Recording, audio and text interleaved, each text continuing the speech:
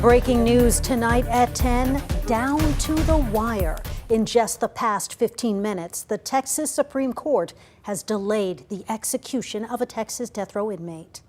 Thanks so much for joining us for KVUE News at 10 tonight. I'm Quita Culpepper. And I'm Brian Mays. Tonight, the Texas Supreme Court has ruled in the case of death row inmate Robert Roberson.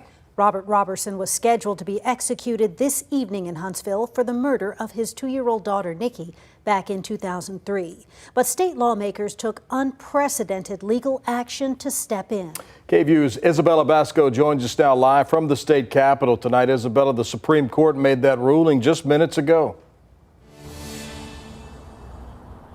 That's right, Brian and Quita. A lot of developments happening over the last few hours with this legal battle, as you mentioned, reaching the Texas Supreme Court. Now, state lawmakers went to the Texas Supreme Court for help to grant temporary relief, with the Supreme Court now issuing that stay order and granting the emergency motion. Now, it was earlier today, a Travis County judge issued a temporary restraining order, which delayed the execution, but the Texas Court of Criminal Appeals overturned that order when the Attorney General's office appealed tonight. So that's why state lawmakers turned to the court for help. Now, Roberson was convicted of killing his 2-year-old daughter, who was diagnosed with shaken baby syndrome. But experts, lawmakers, and the lead detective in the girl's case say the science used in the case no longer holds up. Now, a Texas House committee issued a subpoena for Roberson to get him to testify on Monday and delay his execution, with criminal defense attorney Sam Bassett calling the situation, all of this, unusual.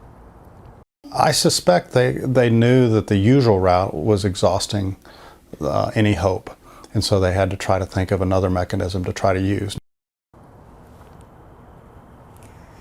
Now, Vanessa Potkin, who is co-counsel for Robert Roberson and director of special litigation at the Innocence Project, says they'll keep fighting for his life. People recognize that an innocent man was set to be executed. And, if the state officials continue to appeal, we don't want to be in a position where somebody innocent is executed. And months from now, the legislature is able to go back and clarify and make fixes to the law, which was intended for people exactly like Robert Roberson.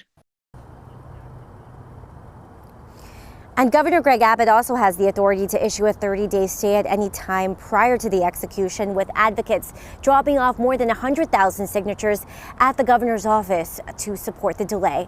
Live here at the state capitol tonight, Isabella Basco for KVUE News.